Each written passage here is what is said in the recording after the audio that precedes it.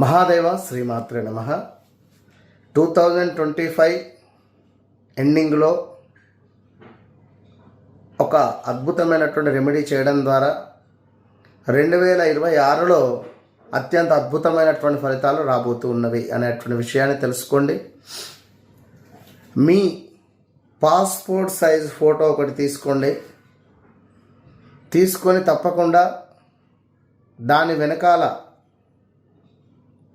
మీ కోరిక ఏదైతే ఉందో అది రాయండి.